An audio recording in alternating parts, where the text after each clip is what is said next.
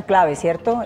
Concientización sobre el tema de donar sangre. Hoy estamos hablando de esto, donación de sangre, los mitos y las verdades sobre este proceso de donación de sangre. Participen de nuestro programa y está apareciendo ya nuestra línea telefónica que es 457-8300 y ahí marcan la extensión 5225 y también terminada en 26 para que nos hagan todas las preguntas que tengan a respecto de este programa, ¿no? De este tema, porque hay muchas preguntas, muchas dudas y mucha desinformación sobre la donación de sangre. Bueno, María Isabel, yo quiero que empecemos como explicándole a la gente cuál es el panorama de Colombia con respecto a la tasa de donantes. ¿Cuántas personas están donando aquí en nuestro país?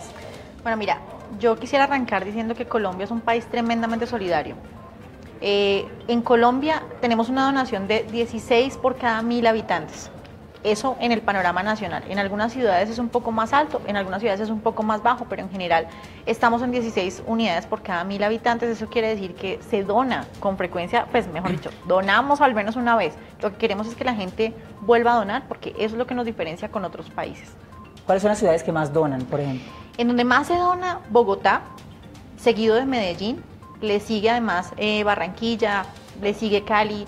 Hay algunas otras ciudades pequeñas en donde también se dona mucho. Lo que pasa es que Bogotá, Medellín, Barranquilla, Bucaramanga, Cali, son también en donde más se transfunde. Entonces también eso hace que se necesite más o se movilicen más los bancos de sangre consiguiendo a los donantes. De este 16 por cada 1000 en todo el país, ¿cuántos son donantes nuevos? ¿Estos son qué? ¿Donantes que lo hacen frecuentemente, regularmente o...? Este 16 es del total de los donantes. Ahí? Pero de esos 16, el 21% apenas son donantes habituales, es decir, que donan al menos 2 veces en el año o 2 veces cada 12 meses.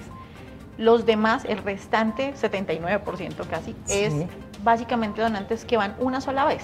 Y lo que queremos es que si ya lo hicieron una vez, si ya perdieron el miedo una vez, que vuelvan, porque además los pacientes lo necesitan permanentemente. Bueno, yo tengo acá una serie de mitos, que yo quiero que derrumbemos todos esos mitos. Así sobre... como estaban en las entrevistas. Exacto, sobre la donación de sangre. Vamos a empezar por este que es un clásico. ¿La sangre solo se necesita cuando hay un desastre o solo para emergencias, María Isabel? ¿Qué le decimos a la gente que piensa así? Bueno, precisamente eso es parte de lo que queremos desmitificar al 100 porque todos los días tenemos pacientes que requieren ser transfundidos, todos los días tenemos bebés recién nacidos que vienen con problemas y que necesitan ser transfundidos, tenemos a las maternas que de hecho en el momento del parto perdieron sangre y necesitan ser transfundidas, o tenemos pacientes con cáncer, con leucemias, con diferentes enfermedades.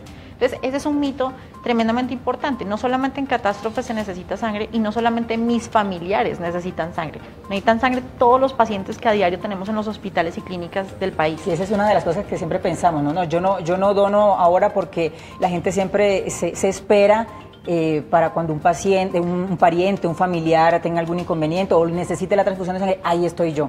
Pero ya en ese momento, ¿qué pasa? De hecho, justamente ahí es donde nos damos cuenta que Colombia es muy solidaria. Cuando ocurrió, por ejemplo, el evento de Mocoa, la gente se desborda a donar. Las personas, los colombianos, somos solidarios por naturaleza. Lo que pasa es que no percibimos que todos los días hay pacientes que requieren. Entonces, si mi familiar necesita hoy, muy seguramente todos los bancos nos vamos a volcar haciendo la tarea para conseguir la sangre que esos pacientes necesitan. Pero es importante despertar la sensibilidad y saber que todos los días tenemos pacientes que están allí esperando a ser transfundidos. Muy bien, ya nuestra línea telefónica comenzó a moverse, así que yo quiero que vayamos inmediatamente a la línea. Ok.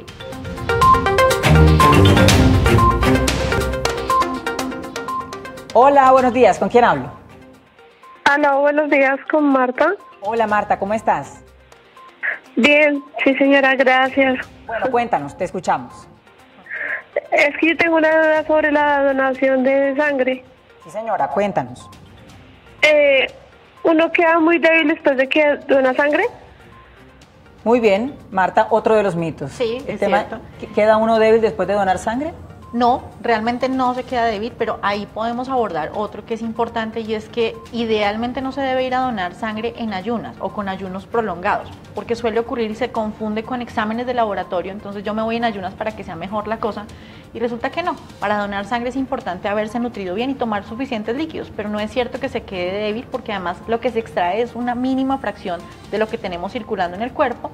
Y parte del proceso que hacen los bancos de sangre es verificar las condiciones del donante para no ponerlo mal tampoco, para que esté en unas condiciones estables y que pueda salvar la vida de pacientes, pero sin poner en riesgo la suya tampoco. Entonces se recomienda ir incluso desayunado. Desayunado y muy bien hidratado. Yo puedo tomar agüita durante el proceso y perfectamente no va a pasar nada. Claro, es importante tener un reposo después de la donación, porque de todas formas el cuerpo está tratando de compensar esa pequeña pérdida, pero no se va a quedar débil pues o incapacitado, no. Realmente es uno de los mitos y gracias por la pregunta, Marta, porque es tremendamente clave. Sí, María Isabel, y acá con respecto a eso nos están preguntando entonces, por ejemplo, que cuando uno come la sangre se va, digamos, directamente al sistema gastrointestinal, ¿cierto?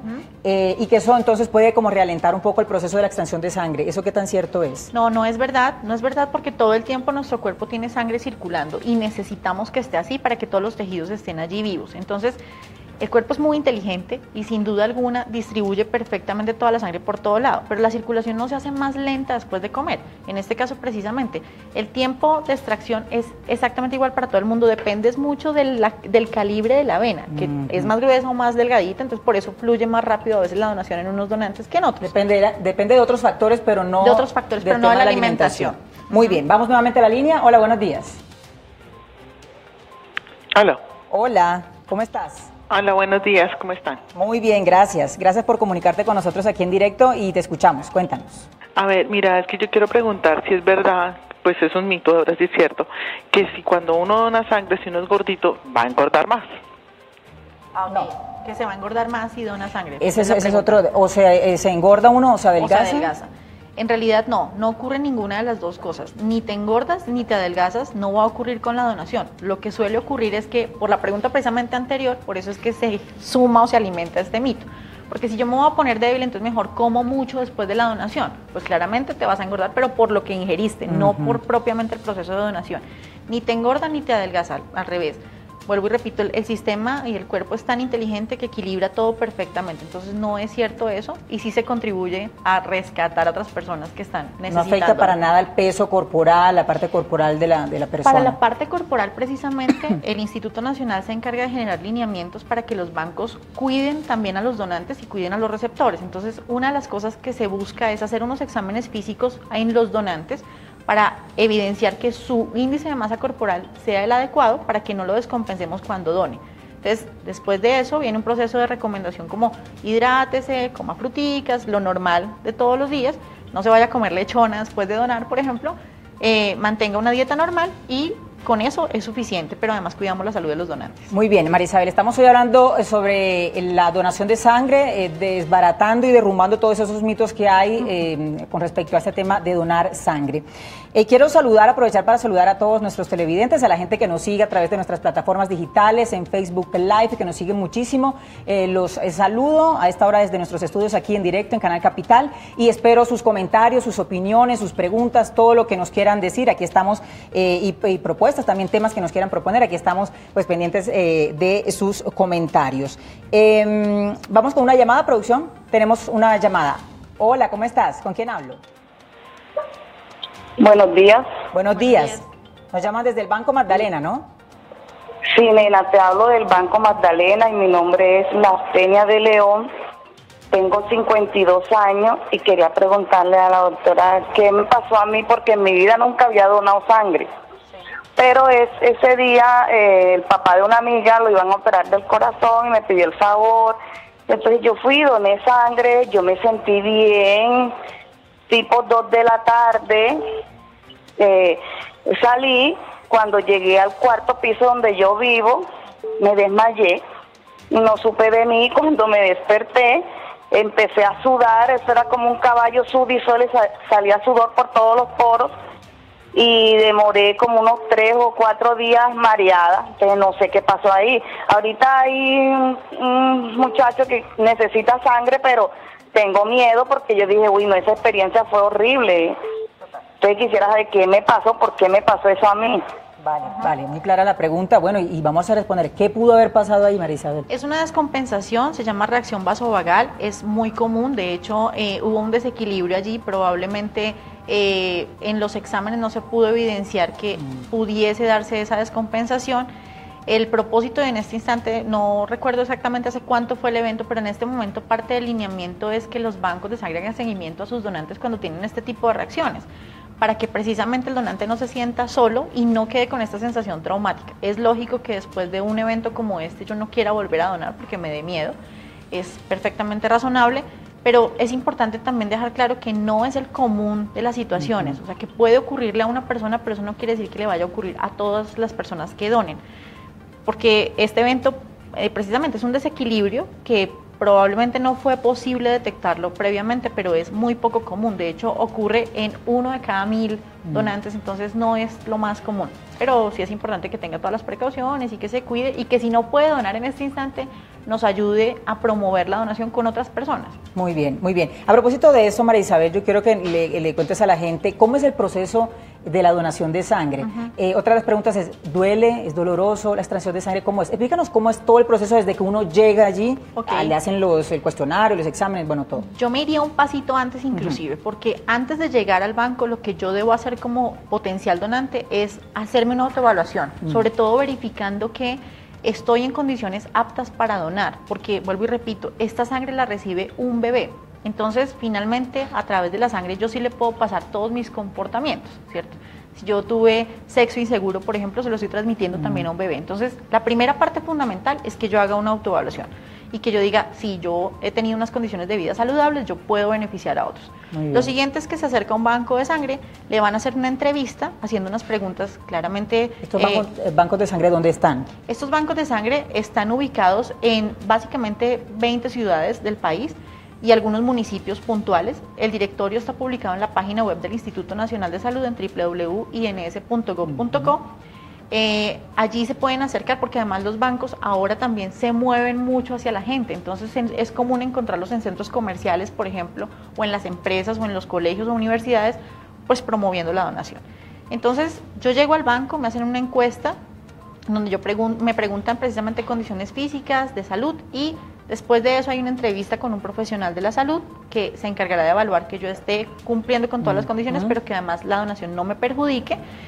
Después de eso viene el proceso de extracción, que tardará 10, máximo 15 minutos. ¿Que se extrae cuánta cantidad se por persona? Se extraen 450 mililitros. Eso es casi el tamaño de una gaseosa personal. O sea, menos de las de 600, que son las grandotas, y un poquito más de las de 350. Entonces es más o menos menos de medio litro. Me extraen la sangre, pero después de eso es supremamente importante que el donante mantenga un momento de reposo, se siente, le damos un refrigerio, en algunos casos una galletita, un juguito, alguna cosita que le permita mantenerse, establecerse poco. Y volver nuevamente a retomar sus actividades, que idealmente no sean de esfuerzo grande para que no pues, se vaya a desequilibrar. Viene una pregunta, María Isabel, ¿por qué hay algunas personas, es decir, por qué le extraen la misma cantidad a una persona que pesa 50 kilos a una persona que pesa 80, 90 kilos? En realidad el proceso de extracción se hace exactamente igual, o sea, la misma cantidad para todas las personas, pero por eso es importante un proceso de evaluación previa, para que yo evalúe que esa persona tiene suficiente índice de masa corporal, suficiente volemia, le llamamos nosotros, que es la cantidad de sangre circulante. Entonces yo calculo y digo, si extraigo esta cantidad no te voy a hacer ningún daño, porque puede ser que el peso no es el único criterio, puede ser una persona muy alta, 1,70 y con 60 kilogramos, entonces por 60 kilogramos pasa, pero es que no compensa con su tamaño, entonces no le puedo extraer sangre, tengo que cuidar a esa persona también, y por eso me parece que es importante que las personas sientan una seguridad y un parte de tranquilidad de que desde el Instituto Nacional de Salud se generan lineamientos técnicos para que todos los bancos, y podemos dar fe de que los 82 bancos de sangre que existen en el país, todos se alinean precisamente para que todos trabajemos de la misma manera. Dependerá entonces mucho más de las condiciones de salud que tenga esa persona, Total, ¿cierto? Muy bien, vamos nuevamente a la línea. Hola, buenos días. Hola. Hola, buenos días. Buenos días. Hola, buenos días. Te pido el favor que le bajes un poquito el volumen al televisor. Bueno, sí, señora. Bueno, cuéntanos. Su merced, yo estoy llamando, pues yo soy donadora, cada 3 meses dono. Me parece muy importante para todos. Y lo que quisiera preguntarle a la doctora es por qué le dejan a uno 3 meses para volver a donar nuevamente. Muy bien, gracias por tu pregunta. Bueno, doctora, una recomendación particular para nuestra donante, además del agradecimiento de salvar tantas vidas, es que las mujeres idealmente donemos cada 4 meses, porque el propósito es que no nos descompensemos tampoco y las mujeres tenemos una pérdida normal de sangre mensual y por eso la recomendación es puntualmente a que se done al menos cada 4 meses sin superar 3 donaciones en el año para las mujeres. Esa estimación es precisamente para permitir que el cuerpo reponga y equilibre esa pérdida que tuvo y pues logremos lo que he repetido insistentemente, y es procurar la estabilidad tanto del donante, pero también el beneficio de un receptor que está esperando. Y nuevamente gracias a nuestra donante, porque es una de nuestras donantes habituales. Muy bien. Mira, María Isabel, aquí tenemos comentarios y preguntas también de la gente que nos sigue en Facebook Live. Está saliendo pues en este momento nuestra señal abierta por todas nuestras plataformas digitales y también aquí en Facebook Live. Tenemos a Pedro Pablo Vargas Guzmán que dice, ¿quiénes no pueden o deben ser donantes? ¿Quiénes no pueden? Empecemos por quienes no pueden. No pueden donar, por ejemplo, y en las preguntas que hacían en calle precisamente se dejaba claro, uno de los mitos es me tatué.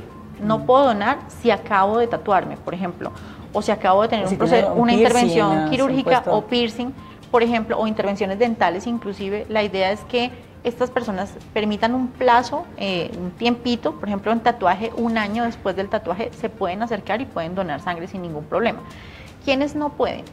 Idealmente quienes autoevalúan su conducta y dicen definitivamente no puedo, y aquí me parece que es muy importante dejar claro una cosa. Los bancos de sangre hacen todas las pruebas que la tecnología nos permite para garantizar la seguridad de la sangre, pero estas pruebas no son infalibles. Es decir, no deben donar las personas que están buscando un diagnóstico a través de su donación, porque ese no es el propósito del banco. Entonces, ¿qué pasa? Esto funciona tal cual como una prueba de embarazo. Entonces, si yo me embaracé anoche y hoy voy a hacerme un examen en cualquier laboratorio, ninguno me va a poder encontrar como positivo. Pasa lo mismo con nuestros donantes. Los bancos pueden ser muy buenos y tener toda la tecnología, pero no lo van a encontrar. Por eso es que el primer filtro es, yo me autoevalúo, yo digo, tengo todas las condiciones. ¿Quiénes deben ahora? Personas entre 18 y 65 años, por ejemplo, que se sientan... Es decir, 18 sería la edad mínima. 18 es la edad mínima porque es cuando nos consideramos adultos en Colombia y ya puedo tomar la decisión. ¿Y la máxima sería? La máxima, 65. 65 años. Hasta esa edad yo puedo ir a un banco de sangre y donar, pero especialmente cuando me considero que estoy en un estado saludable y siempre con la sensibilidad de pensar, esta sangre que yo voy a entregar se la podrían poner a un bebé que no ha tomado ninguna decisión en su vida todavía, porque no sabemos para quién va, porque las donaciones son anónimas y por ende no se sabe a qué paciente Bueno, llega. María Isabel, te cuento que tenemos muchos comentarios, preguntas y llamadas, entonces vamos a tratar de responderlas todas. Dice Luz Adriana Dalos Ramírez, hola, quiero saber si es verdad que cuando alguien necesita donación de sangre tiene que pagar. ¿Por qué? Por esa razón no damos sangre, he oído que la cobran. Por esa razón. Perfecto. No dan sangre porque la están cobrando. Perfecto, esa es una muy buena pregunta también.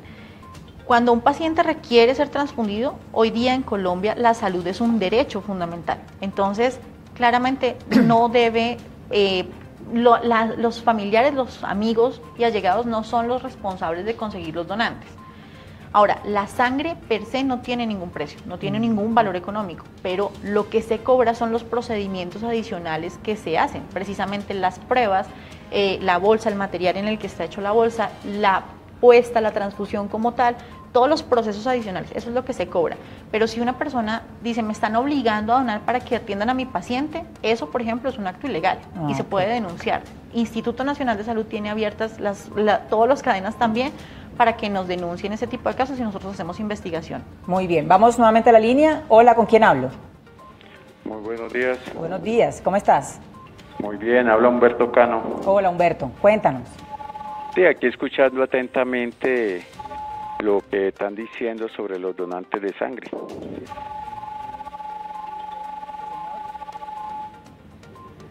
Sí, no sé si el señor tiene una pregunta o quiere compartirnos alguna experiencia Una particular. pregunta, ¿qué curso, después de eso, o de la donación, qué pasos le hacen a la sangre para si está contaminada? Porque he escuchado que muchas veces en una transfusión de sangre a veces se transfieren enfermedades, ¿no?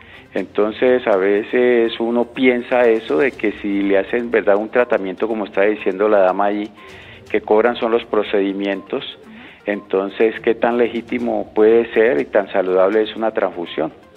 Vale. Listo, Humberto. Muchísimas gracias por comunicarte con nosotros y es una de las preocupaciones que tiene la comunidad, ¿no? Es fenomenal.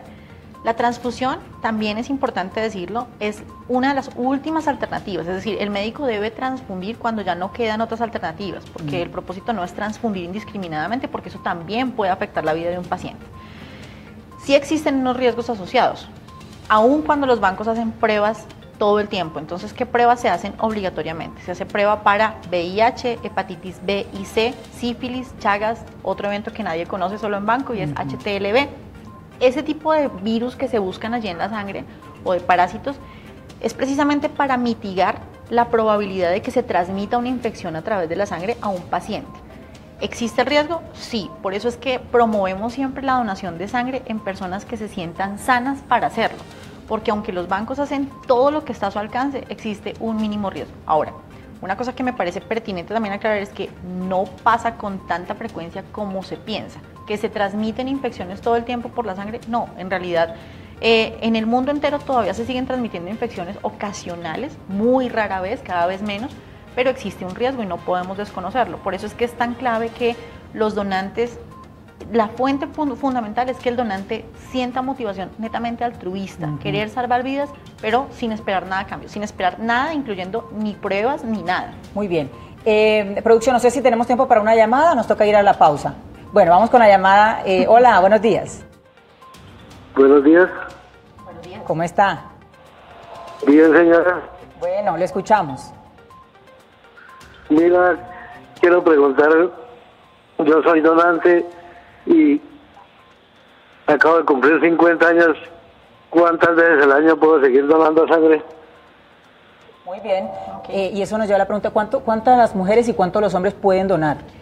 El ideal es que como mínimo donemos 2 veces cada 12 meses, perdón, 2 veces en 12 meses.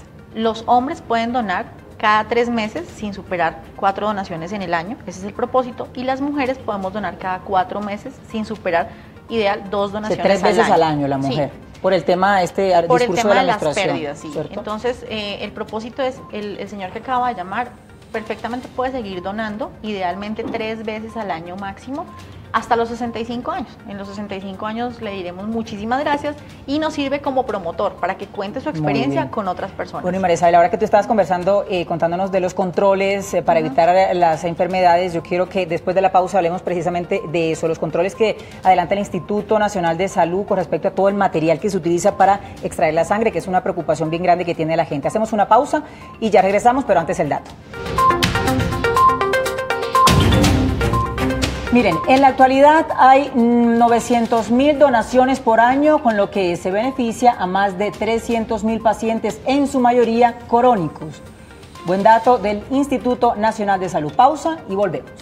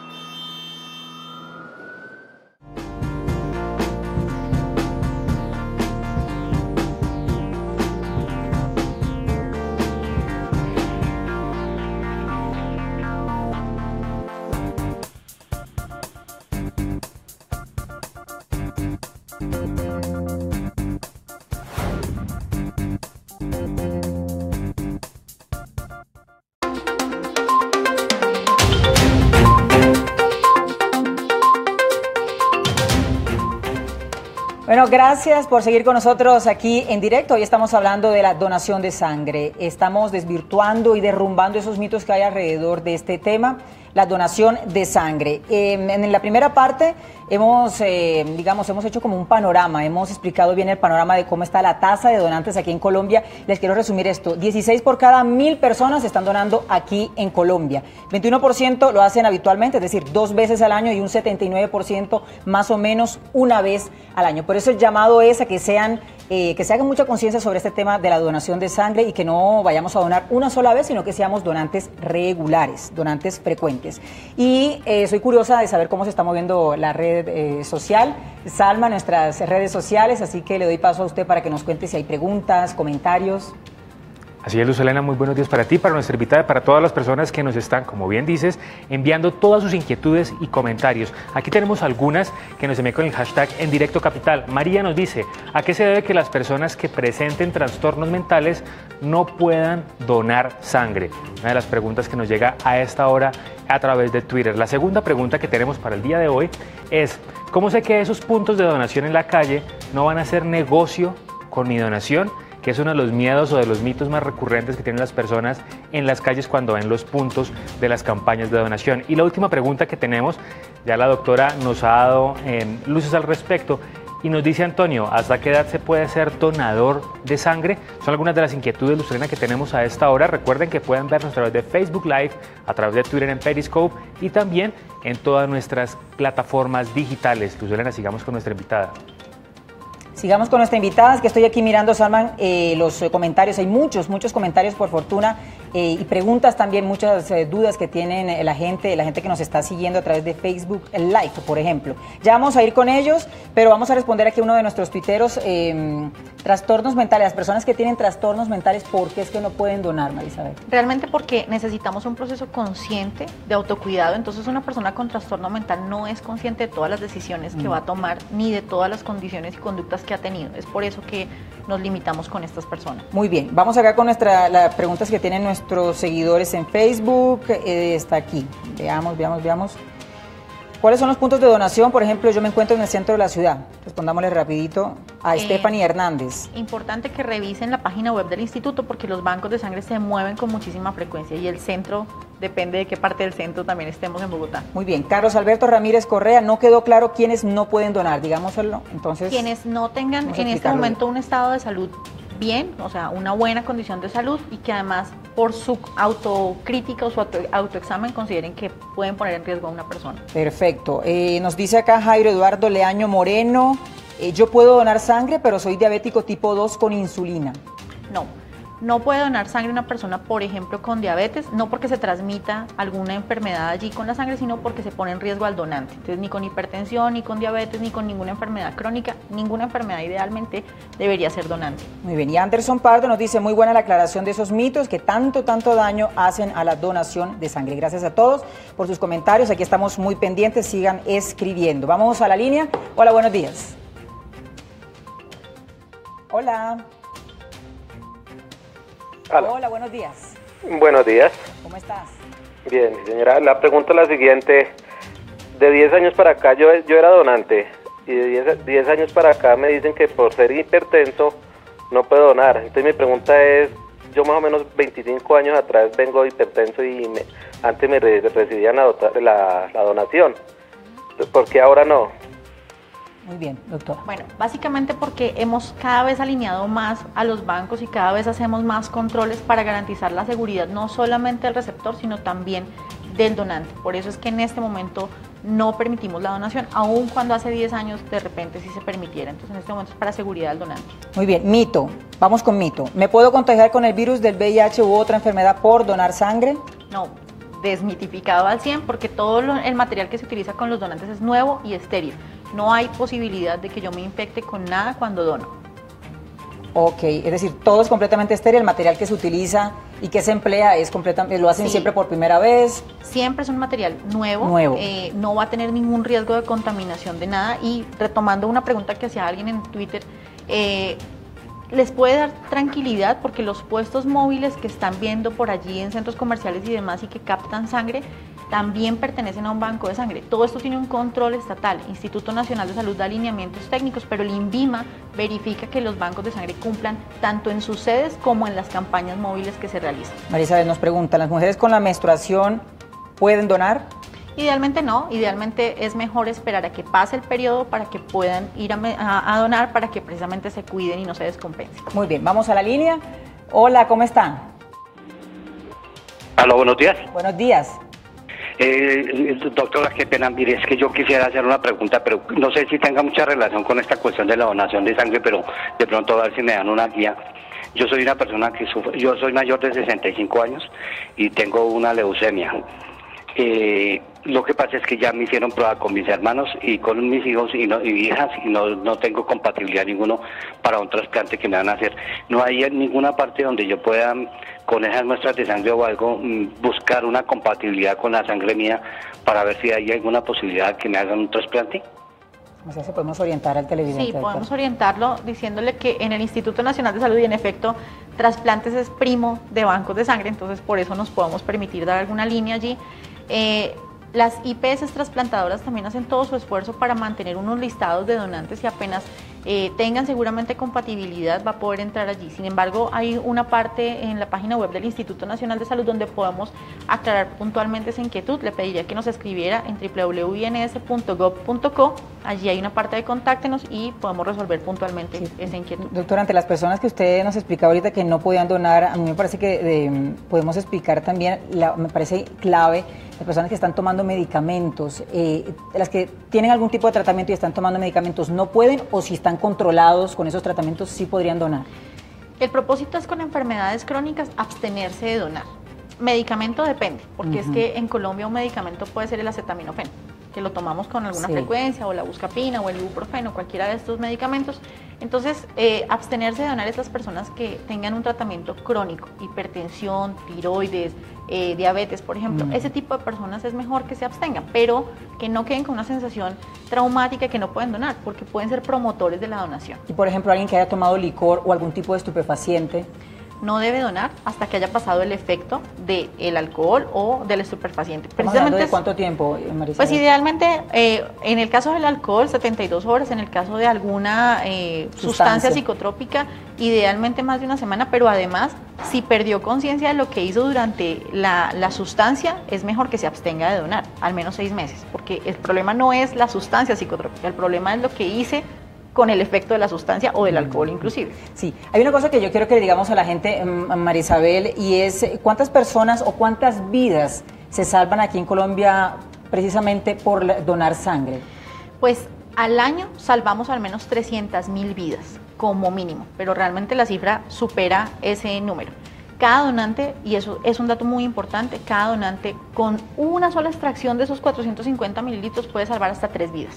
O sea que nos volvemos héroes y en un año podemos salvar 6 vidas. Tanto que decimos que queremos poner nuestro granito de arena, esta es una forma muy sencilla. Es decir, para eso es que sirve donar sangre. Precisamente, para eso es que sirve. Estamos salvando 300.000 vidas al año. Al año y con mi sola donación. Si yo la hago habitualmente, salvo al menos a 6 personas. Eso es un dato tremendamente de impacto. Yo solito puedo salvar a 6 personas. Soy un héroe anónimo. Pero eso es lo que sí se consigue con la donación. Sí. Marisabel, por ejemplo, la sangre se compone, bueno, eso es lo que nosotros sabemos, de glóbulos rojos, glóbulos blancos. Cuando se va a hacer cuando se va a utilizar, digamos, la sangre, ¿se utiliza completamente? Esto es una pregunta, una curiosidad más bien. Perfecto. ¿Se utiliza toda la sangre o eso depende de la necesidad de cada paciente? No, a cada donante se le extrae sangre total, pero esa sangre se fracciona, o sea, se separa para obtener glóbulos rojos específicamente o plasma fresco o plaquetas. Por eso es que salvamos 3 vidas, porque cada paciente requiere una cosa específica. Si yo tengo anemia, por ejemplo, probablemente lo que me van a poner son glóbulos rojos, pero en algunos pacientes que tienen problemas de coagulopatías y demás, pueden necesitar es plasma o plaquetas. Entonces, por eso es que se hace el fraccionamiento para poder aprovechar al máximo la sangre que es donada. Bueno, sigo acá viendo los comentarios de la gente que nos está escribiendo a través de nuestras plataformas digitales. Síganlo haciendo, que falta ya poco, estamos ya recapitulando, Marisabel, desafortunadamente siempre se nos va el tiempo así como muy rápido. Sí. Y yo quiero que vayamos como ya concluyendo un poco todo lo que nosotros hemos ido conversando hoy acá, para que la gente, que es el propósito de nuestro programa, poder hacer más conciencia, informarlos sobre todo, porque hay mucha desinformación sobre el tema de donar sangre. ¿Qué le podemos decir a nuestros televidentes, Marisabel, de lo que hemos conversado un poco acá? Un resumen para que la gente lo tenga muy claro, sobre todo los televidentes que apenas se puedan estar conectando con Canal Capital.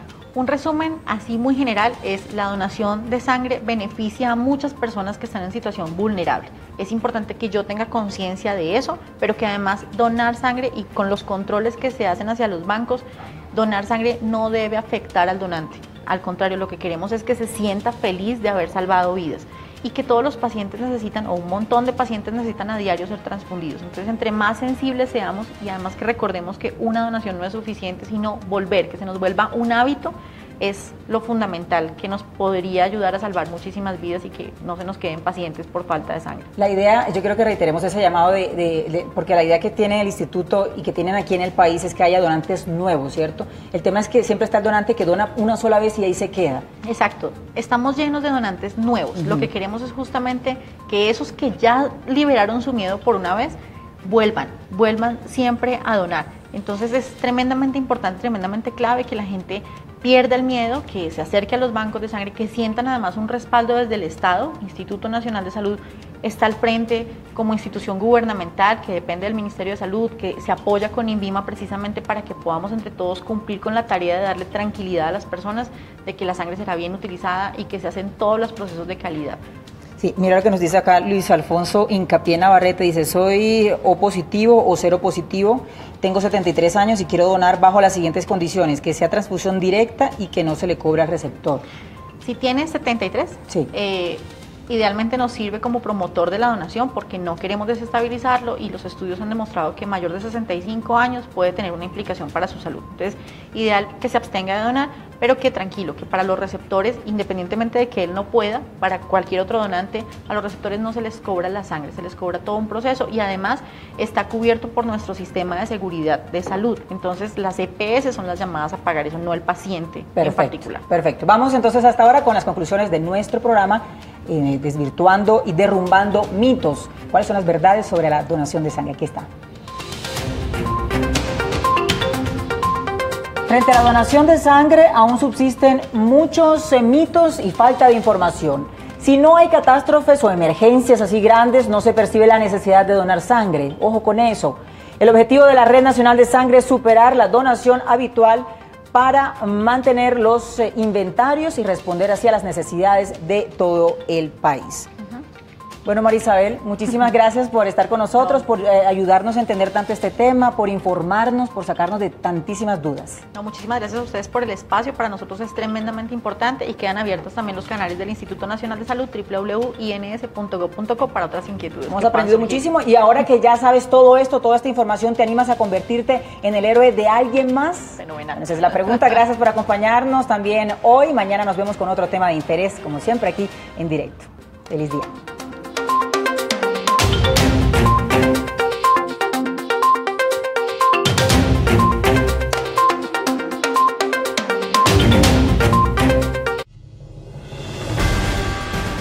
El siguiente programa es apto para todas las edades. No contiene escenas de sexo o violencia. Contiene sistema de closed caption.